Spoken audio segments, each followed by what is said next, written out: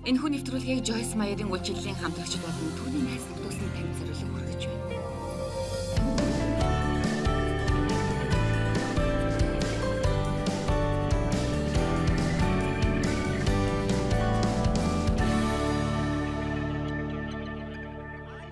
Би өнгөрсөн жилээс эхлэн ойлголтын бэлэг авьяасын төлөө залбирч эхэлсэн. Хэрхэн залбирдаг вэ гэхээр, Бурхан минь, би таныг алдахыг хүсэхгүй байна. Миний амьдралд шилдэг сайн зүйлсийг олноор нь хийгээч гэж би гуйхгүй. Харин эдгээр нь санамсаргүй тохиолдол уу эсвэл үнэхээр юу болоод байгааг ойлгохгүй байна уу гэдгийг мань та надад ойлгуулж, ухааруулж өгч байгаарэ гэж залбирдаг. Бид Бурханы хийж байгаа зүйлийг ойлгохгүй байх биш, харин ухаарч ойлгодог байх хэрэгтэй. Бурхан бидний төлөө цаг үргэлж ямар нэгэн зүйлийг хийж байдаг гэдэгт би тэгдэг. Харин та ердөө л Бурханы хийж байгаа зүйлд анхаарал тавьж сураагүй байж магадгүй юм. Би нэг өдөр Бурхан руу хандан, Бурхан минь, та хийж байсан зүйлээ яагаад хийхгүй байгаа юм бэ гэж хэлж байсан. Харин тэр надад, Joyce, би цаг үргэлж л ажиллаа хийдэг. Харин чи энийг өмнө нь авдаг байсан шиг л авчихдаг шүү дээ гэж хэлсэн.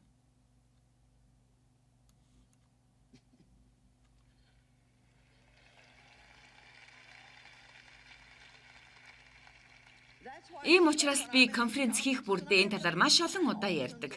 Магадгүй миний ярьж байгаа зүйл та нарт шинэ зүйл мэт санагдаж магадгүй юм. Харин би энэ талаар жилээс жилд ярьж байна. Бид Бурханы оршихуй байна гэдгийг зоригтойгоор би тунхаглаж байна. Өнөөдөр бид энд нэг эмэгтэйг зурагтаар харахын тулд энэ өрөөнд цугласан юм биш. Харин Бурханы оршихуй энэ газар байна. Тийм ээ, Бурханы оршихуй. Хэрвээ та орчныхоо уур амьсгалын талаар мэддэг бол ямар нэгэн хорон муугаар дүүрэн байхад эсвэл Бурханы оршихуй дүүрэн байгаа үед юу мэдрэгддгийг та мэддэг бол та өнөөдөр зөв газараа байна. Би танд ингэж л хэллээ.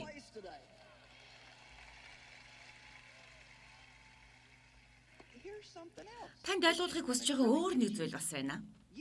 Та бол ариун.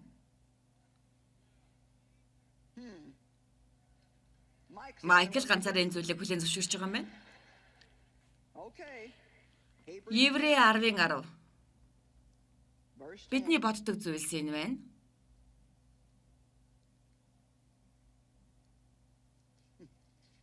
Тийм ээ, хэрвээ би ариуцгагдсан бол яагаад би ариун бус үйлдэл хийдэг юм бэ?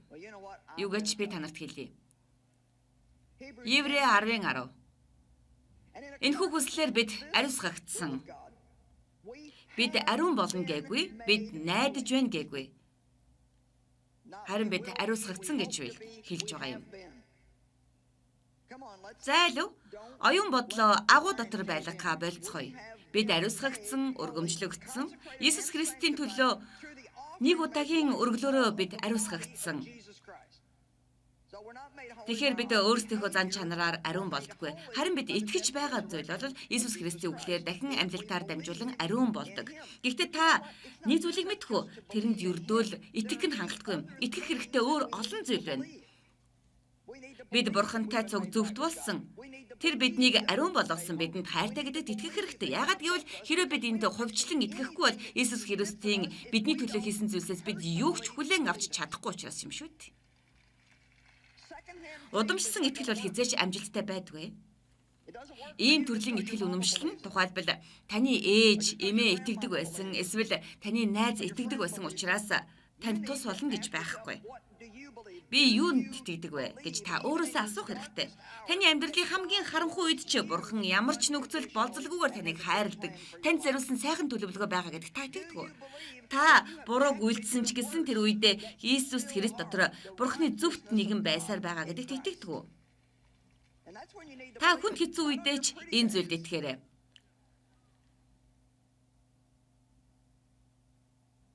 Залуучуудаа, та нар өнөө өглөө намайг шаргуу ажиллахад хүргэж байна шүү. Еврей 10:14. Ганц тахилаар би энэ хэсэгт үнэхээр дуртай. Учир нь Христ ариун болгохстыг ганц тахилаар үрд төгс болгожээ. Үрд төгс. Үрд төгс, үрд төгс, үрд төгс, үрд төгс.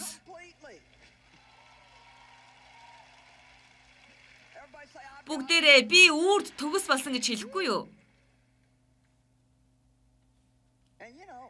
Юу гэж? Та нарт маш их хүч байна. Толгоогоо дээшээ өргөж мөрөө ихцэл эдгээрийг харуулж алах. Бурхан таны дотор амьдардаг. Хөөх. Та бол Бурханы орших газар шүү дээ. Тийм ээ, баасан гараг байсан ч болоосэй гэж хүсэж байна. Үгүй ээ, эндээс гараад нэг дэх өдөр амьдар. Мягмар 5 пүрэв гарагт амьдар. Таныг ад жаргалтай байлгахын тулд баасан гараг байдгийн биш ээ. Амралт байсан бол би үнэхээр их баярлана. Өөр нэг өдөр биш, харин яг одоо яагаад баяртай байж болохгүй гэж? Ойлгож байна уу? Иесусийн бидэнд боломж олгож өгсөн нэг зүйл бол энгийн ердийн нэг өдөр заримдаа уйтгартай байдаг өдөр бүрийн амьдралдаа баяр хөөртэй сэтгэл хангалуун байна гэдэгт би итгэдэг.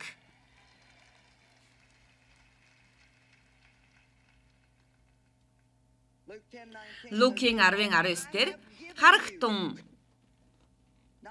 би танарт өгсөн, би өгөх болно гэж хэлээгүй. Харин би танарт хүч чадал өгсөн. Би танарт могой, хилэнцэд хорхоонуудад халдах, дайсны хамаг хүчээс дээгүрэх эрх мэдэл өгсөн. Та нарт юу ч хор учруулахгүй.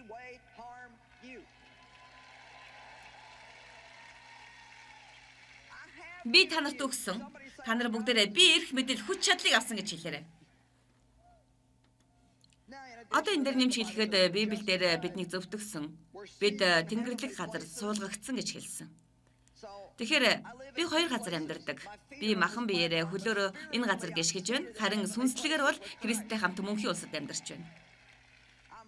Би их чөлөөтэй, уучлагдсан, мэрэгэн ухаантай, Христэд дамжуулан бидний дотор Бурханы амар тайван байна гэдэг маш олон зүйл байна. Тэгэхээр танд юу байгаагаа мэдэхгүй л бол та ямар нэгэн зүйлийг хизээж бий болгож чадахгүй. Тийм болохоор би нэг зүйл дээр маш урт замыг авсан юм. За тэгэхээр би ариун болсон юм бол яагаад би бузар мөг үйлддэг юм? Тийм ээ. Бидний дотор байгаа зүйлс гадагшаа гарч байгаа үйл явц дотор бид амьдарч байгаа. Тэгэхээр яаж бидний зан чанар харилцаа өөрчлөгдөх юм бэ? Захария ном дээр таны ойлгосон байж болох зарим зүйлсийн талаар энд бичсэн байгаа. Тэнд эрх мэдлэр биш хүч чадлаар биш харин миний сүнсээр гэж хэлдэг. Энд танд ишлэл тань санагдаж байна уу? Тэд сүмийн барилгыг барьж суусгахаар хичээж байсан ч ажил нь саатуулагдаж бэрхшээл тулгарсан үед тэд одоо л энэ нэг талаар ойлгож байна. Бид хэрхэн дуусгах вэ? Яаж дуусгах вэ? Тэдэнд эзний үг гэрж эрх мэдлэр биш хүч чадлаар биш харин миний сүнсээр гэж эзэн зарцаараа дамжуулан хэлж байна. Тэгэхээр Бурхан бидэн рүү ирдэг бөгөөд гайхамшигтай ажиллаа хийдэг. Эрх чөлөө. Бид энэ бүх сайхан зүйлсийг мэдэрдэг. Тэгээд бид энэ зүйлсийг ухаардаг. Харин тэр үед юу ч тохиолдохгүй. Юу ч тохиолдохгүй шүү. Тиймээс бид Авраам Саратай адилхан бодож эхэлдэг ба төлөвлөгөө зохиодог. Бид шин санаа олдог. Тийм ээ. Би энийг хийх хэрэгтэй. Одоо та ариун сүнс таныг удирдах байгааг мэдрүүлээ ямар нэгэн зүйл хэлнэ. Гэвч хэрвээ би энийг өөрөө хийх юм бол хизээж бүтэхгүй. Хизээч үгүй. Библиэд хэлснээр та зөвхөн өөрийгөө л өмссөн байна шүү дээ. Амен. Миний мэдих хамгийн сайн жишээнүүдийн нэг бол үгийн хүч чадлын талаарх сургаалуудыг сонсож эхэлсэн цагаас юм. Тийм ээ, би маш их ятгагдсан, энгийнээр хэлэх юм бол би байнга сайн ажиллаж байдаг маш том амттай.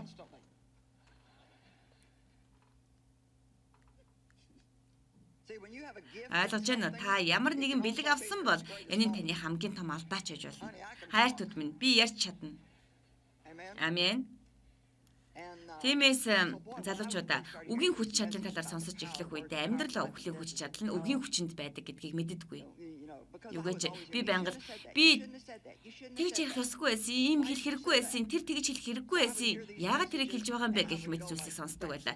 Тиймээс хэрвээ би ийм сургаал сонсож эхэлсэн бол за ойлголоо би гэртээ хараад амаа хамрах болно гэж хэлэх байсан. Сайн зан чанар ариун байдлын талаар надад өөрийн гэсэн төлөвлөгөө байсан. Тиймээс гэхдээ махан бие махбод бол байнга л тэнцвэрээ алддаг учраас би юу ч хэлэхгүй байх хэрэгтэй болдго юм.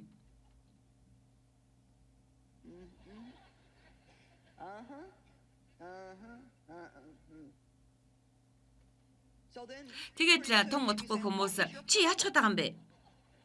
Гэхдээ би тэр хэлээгүй юу? Намайг ярихаар дурггүй, ярихгүй болохоор бас дурггүй гэж бодно. За илүү. Өөр нэг миний ойлгоогүй зүйл бол энэ зүйл та нарт их тус болох байхаа гэж би бодож байна л да. Би зариудаар чимээгүй байх тусам би илүү их дарамтыг мэдэрдэг. Энэ юу болоод байна? Бурхан намайг дуугүй байгаасаа гэж хүсэж байгаа шүү дээ. Гэтэл би яагаад ийм дарамтыг мэдрээд байна? Гэтэл Бурхан надад хандаж ингэж хэлсэн юм. Чи амаа хамгсан ч зүрх сэтгэл дотор чинь юу ч өөрчлөгдөөгүй байх шүү дээ гэж хэлсэн.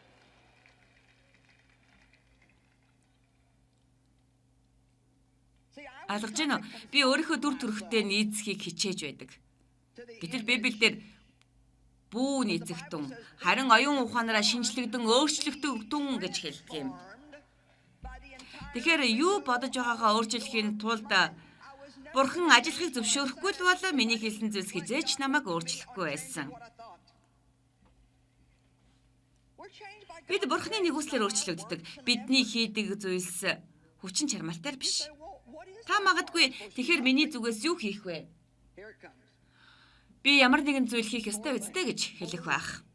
Энд зөвхөн 4 зүйл чухал байна. Итг, Бурхан намайг өөрчилж байгаа гэдэгт зоригтой итгэхээрээ Бурхан намайг өөрчлөхийг хүсдэг, Бурхан намайг өөрчилж өгөөч гэж би залбирдаг.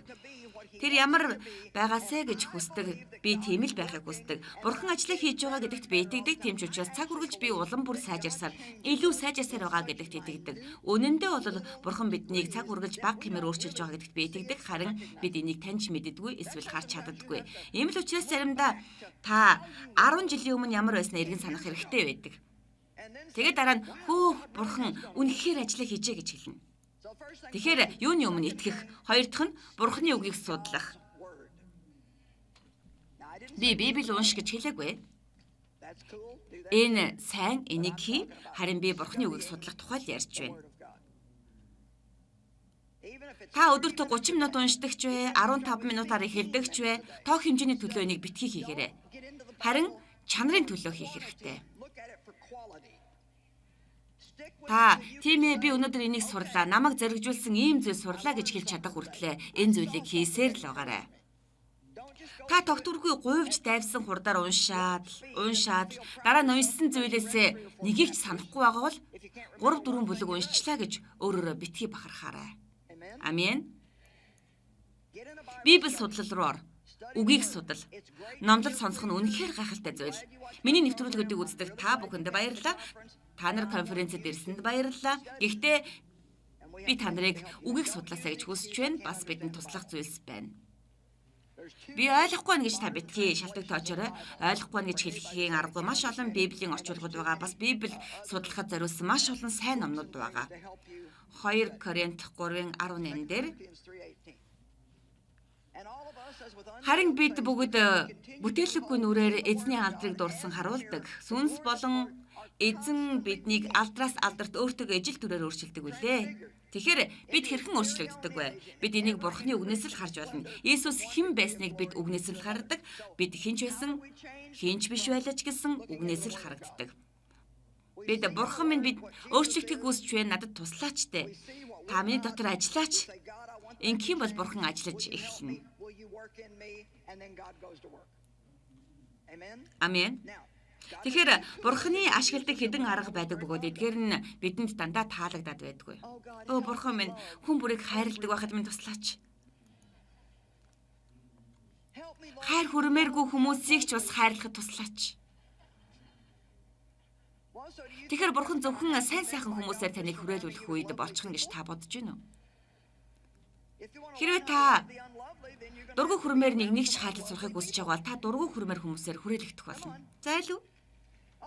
Бурхан минь намайг төвчээртэй байхад туслаач. Танд асуудлууд ирэх болно.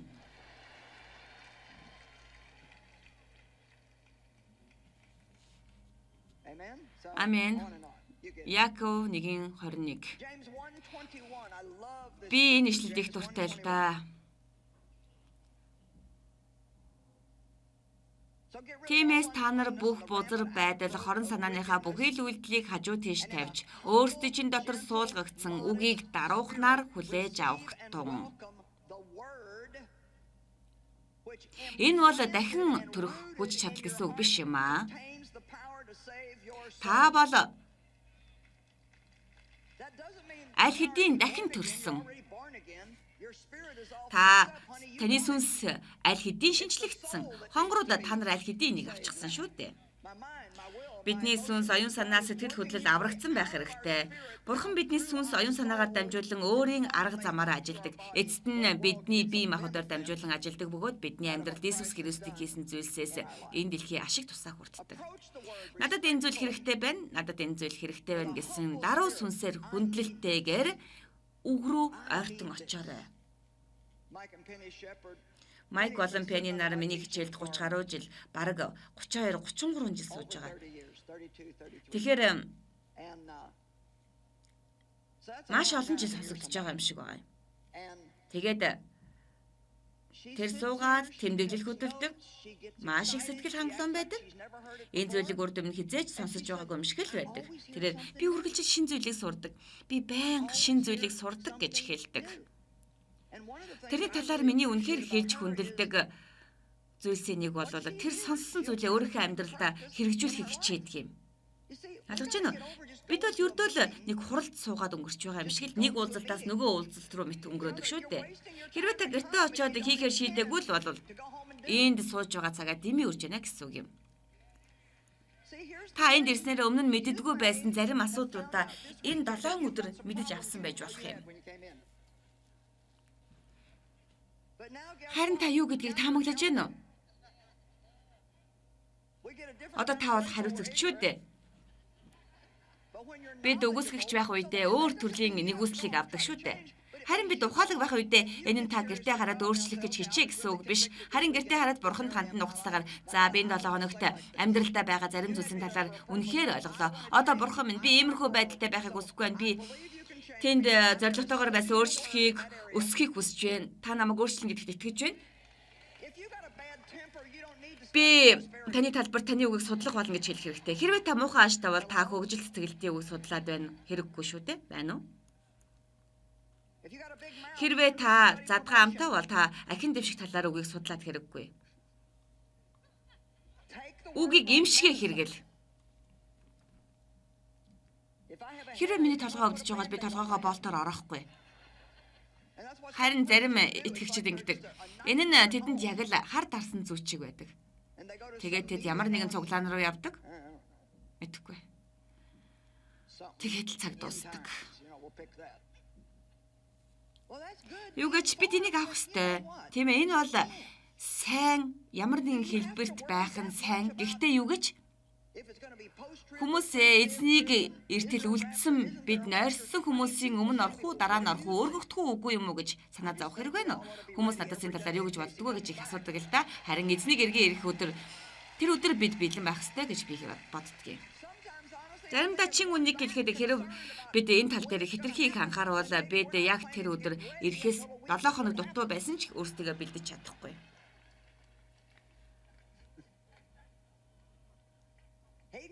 Тэрний гэр хүртэл би бүхий л зүйлээ анхаарч явах хэрэгтэй. Би яг одоо бэлэн байгаа шигээ дараагийн 20 жилд ч мөн бэлэн байх болно. Яагаад гэвэл миний явж байгаа цорын ганц зам бол Иесуст хүрэх. Хэрэгтэй юм асуудал. Хайрыг судал. Ариун сүнсний үр жимсийг судал. Би цуврал номлолуудаа багталтайгаар зарахыг хичээж байгааг та харах хэрэгтэй. Хинч тэрнийг худалдаж авдаггүй. Хэрэгтэй хүмүүс нь энийг үнэхээр худалдаж авдаг. Учир нь хин нэг нь тэдний авч байгааг хараад тэдэнд энэ хэрэгтэй байна гэж бодохгүй гэж боддог. За тэгээд бурхантай хамт цаг гарга. Бурхантай цагаа өнгөрүүл. Бурхныг нэгдүгüрт тавь. Тэгээд хуваарийнхаа бусад хэсэгт бурхантай хамт ажил. 5 минут, 10 минут, 15 минутаар ихэл харин бурхантай л хамт байж чадах тийм газар руу Библиэ тэрнтэй хамт цаг гарга. Учир нь энэ бол таны чин сэтгэл юм. Хэн нэгэн танд юу заасан байлаач бүгдийг хамтд нь таны төлөө ажилуулдаг юм.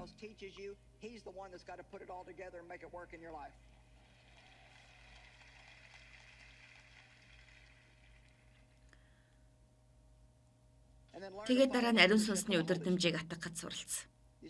Та Жойс сахилга бат өөрийгөө хянах зөв сонголтоо хийхдээ таалагдах байсан ч үгүй байсан ч зөв зүйлийг хийхдээ яах вэ гэж хэлэх байх. Тийм ээ, энэ ч бас ариун сүнсний өдөрдмжийг дагах шүү дээ. Миний дуртай зүйл бол сэргээн шинчлэх. Энд маш олон хэсгүүд байдаг. Зөвхөн Бурхны хийж чадах хэсэг гэж байна. Бурхан намайг хийн гэж найддаг хэсэг бас байна. Тэрний нэгүслэхгүйгээр би юу ч хийж чадахгүй.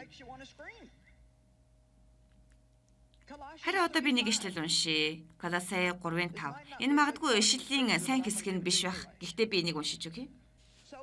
Иймд та нар садар самуун бузар байдал, тачаал, муу хүсэл, шунахайрал болон шүтэн шүтэх явдал зэрэг газар дээрх эрхтнүүдийг өхүүл. Мэдээж олон зүйл байгаа. Үнэн дээр махан биеийг өхүүл гэж хэлсэн. Тийм ээ, одоо түргүүлээрээ би тэр эвэлийн хэсэгт их дуртай. Бурхны төлөө хийж байгаа тэр хэсэгт маш дуртай. Би итгэлийн хэсэгт дуртай. Энэ бол сайн зүйл. Харин энэ өхүүлэх хэсэг надад таалагдахгүй байна. Би энэ зүйл дургүй ямар утгатай юм бэ гэж хэлэх баг. Энэ нь та бороохоо аваад өөрийнхөө ямар нэгэн хэсгийг аваад цохихыг оролт гэсэн үг биш юм. Энд өөрийгөө өхүүлэх нэг шилдэг арга байна. Тэрнийг битгий тэжээ. Хэрвээ тэрнийг тэжээхгүй бол юу болохыг мэдхүү? Бүх зүйл өхнө. Та ямар цаг үед ямар нэгэн зүйлийг ашиглан өөрийгөө өрөвдөн эсвэл санаа зовох зовлт нь аль нь ч вэ? Та эхлээд үүнийг хаягахгүйгээр явбал та зовлон шанал руу явж байна. Хэрвээ би танарт энийг үсэглэж хэлэх юм бол та нар илүү ойлгох байх. Харин та энийг ойлгохгүй бол зовлон болно. Хинж зовлон хүсдэггүй. Харин би юу гэдгийг хэлэх гэж байна. Заримдаа та хэсэг хугацаанд тааламжгүй байдалд байх хэрэгтэй байдаг. Тийм биз дээ. Тийм ээ, би тэднэр оролдож байна.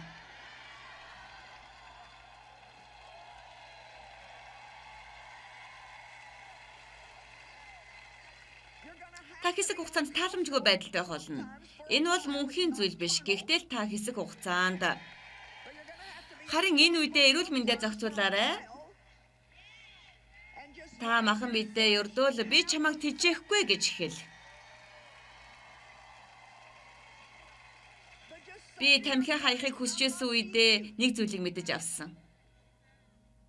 Тэр бол би 9 настай байхдаа тамхи татаж эхэлсэн. Тэгээд татаад лээсэн. Харин би Библи зааж эхэлсэн үедээ ч хүмүүсээс нууж татдаг хэрнээ тэд өөрчлөгдөх хэрэгтэй гэж бодсоор байсан. Тамхи татах нь бусад зүйтэй хацуулах юм бол тийм ч муу зүйл биш шүү дээ. Яг үүндээ бидний том болгож хардаг зүйлсээс Библиэлд хэтрүүлэн гэдэг тухай бичсэн байдаг. Тэгэхээр би танарт ярих илүү цаг надад байсан ч болоос. Сонстой юу гэж зарим хүмүүс энийг амархан ойлгож байгаад харин би зовж ээж ойлгодог намайг үнэхээр бухимдуулдаг шүү. Тийм ээ. Бид хоёулаа тамхи татдаг байсан учраас Дэв тамхинаас гарахыг хүссэн. Тэр надад тийм ээ, бурхан миний хүслийг байхгүй болгох хүртэл би тамхи татах болно гэж хэлсэн. Тэгээд нэг өдөр үсэрч босч ирээд би цаашид тамхи татахыг хүсэхгүй байна гэж хэлсэн. Тийм ээ, хонгор минь, би биш шүү.